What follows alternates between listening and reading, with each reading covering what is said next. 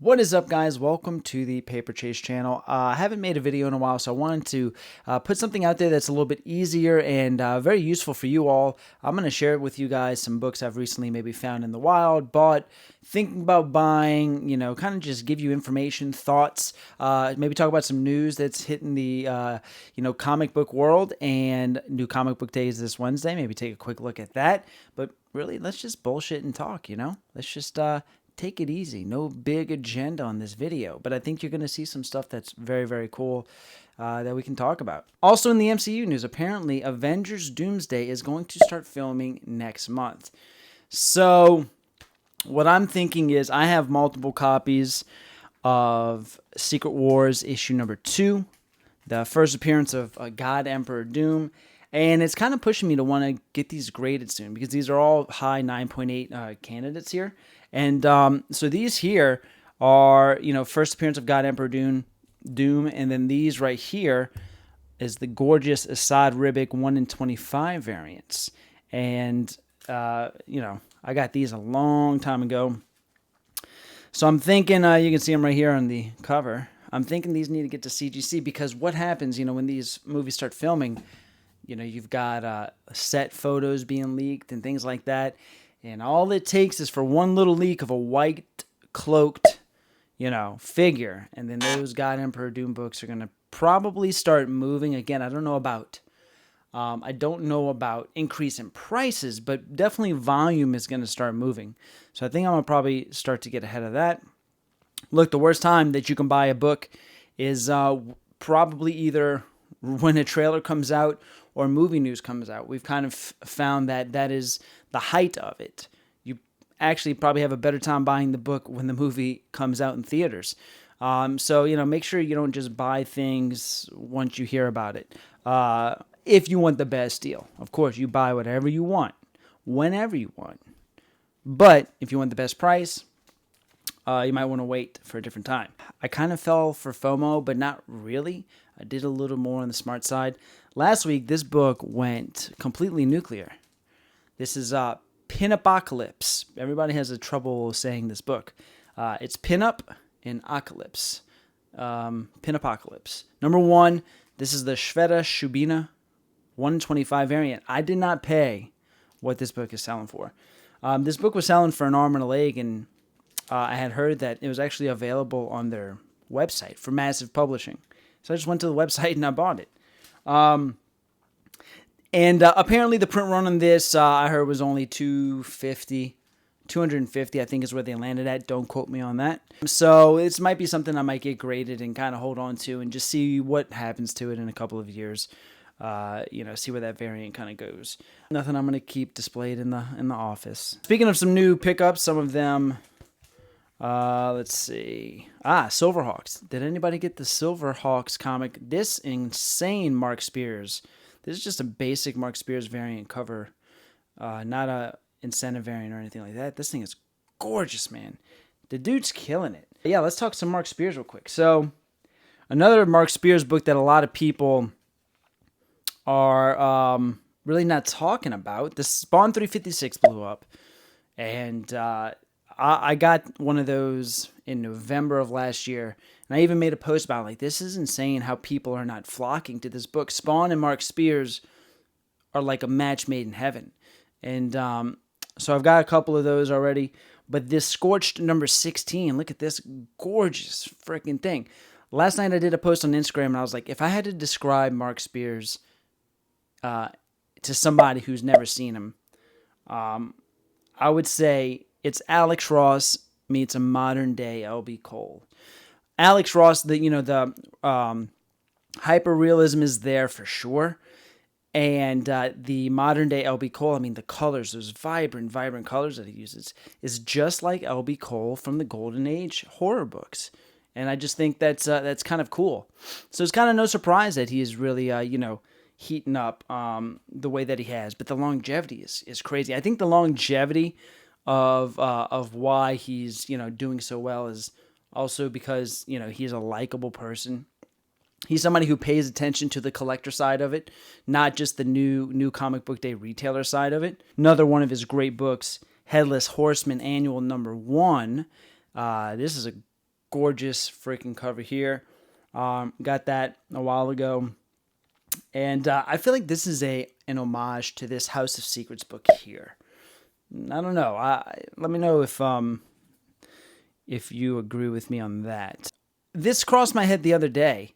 I was like, holy crap, is Todd McFarlane now? I've never heard anybody talk about this yet. And if I could get a straight answer from Todd, I would love it.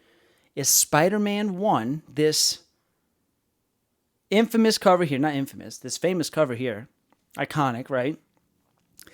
Is this an homage, you ready for this, to a Bernie Wrightson Batman cover? The Cult #1, this cover here by Bernie Wrightson. Look at the positioning of the hands on the knees between the two.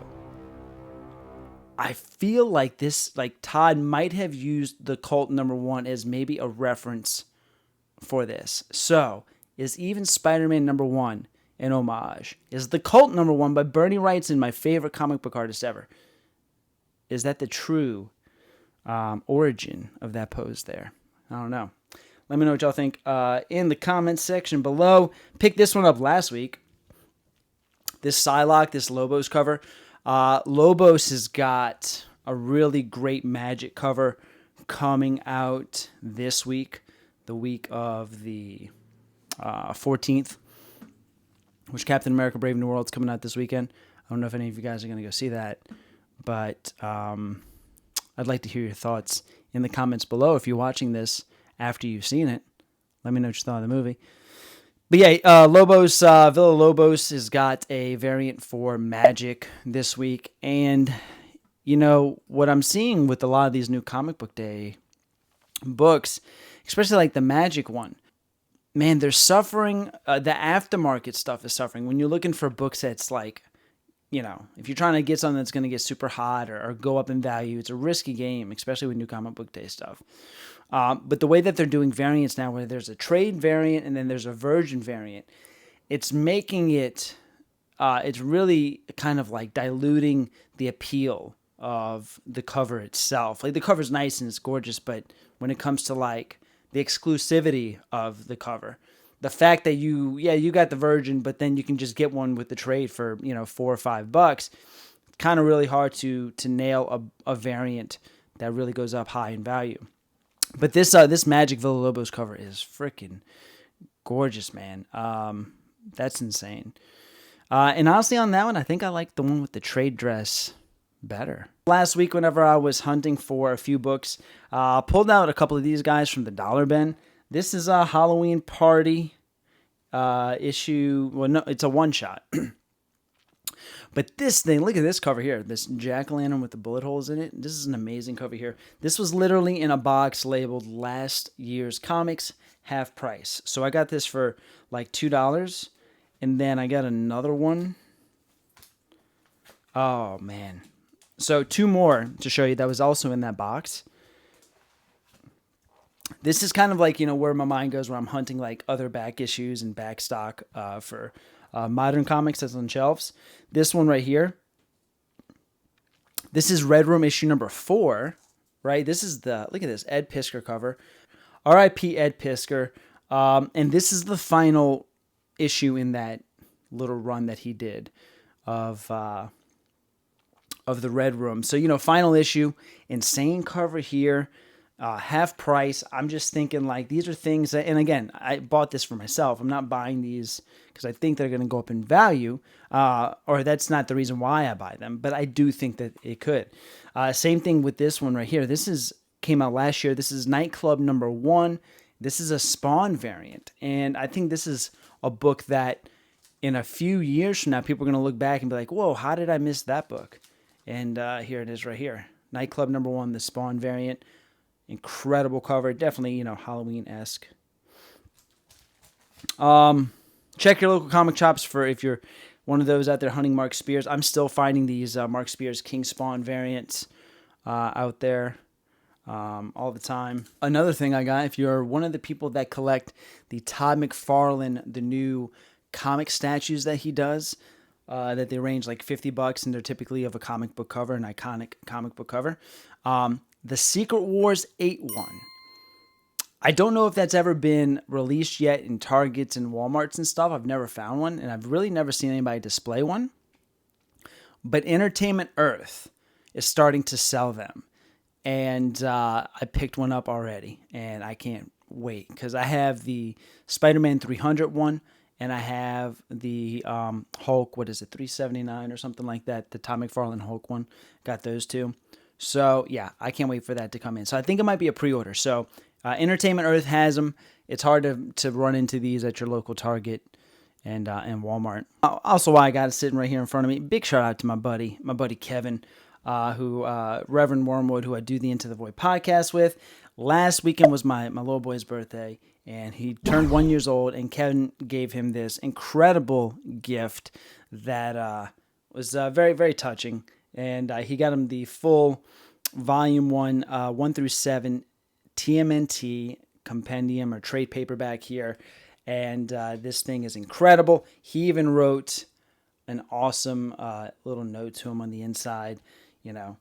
Very, very touching. Very nice. Thank you again, buddy, for that. Appreciate that. You son of a bitch. Anything else coming out this week for New Comic Book Day that you guys can think of? Let's see what we got.